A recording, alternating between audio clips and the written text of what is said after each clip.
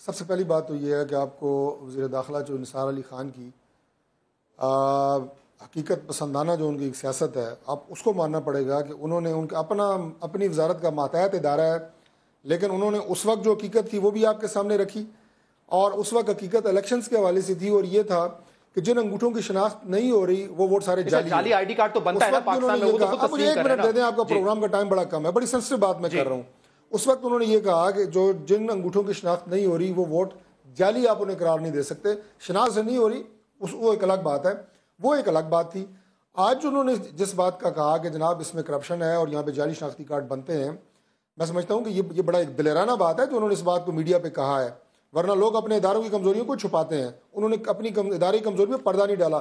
دوسری بات یہ ہے، آپ دوسری طرف ان کی یہ بھی تو کارروائی دیکھیں نا کہ آج نادرا میں 5 ماہ میں 1 لاکھ سے زائد شناختی کارڈ بلاک ہو رہے ہیں، ان لوگوں کو پکڑا جا رہا ہے، جعلی شناختی کارڈ جتنے بنے ان کو پکڑا جا رہا ہے، تو یہ خوشائن بات ہے کہ میرا سوال صرف یہ تھا کہ ہم ان کو دور کر رہے ہیں۔ پھر آپ یہ کہہ رہے ہیں کہ بہت حد تک ممکن ہے یہ جعلی شناختی کارڈ والے ووٹ بھی کرتے ہوں گے نا الیکشن میں، کس کو کرتے ہیں اس پہ تو میں جا نہیں رہا، لیکن کرتے ہوں گے نا۔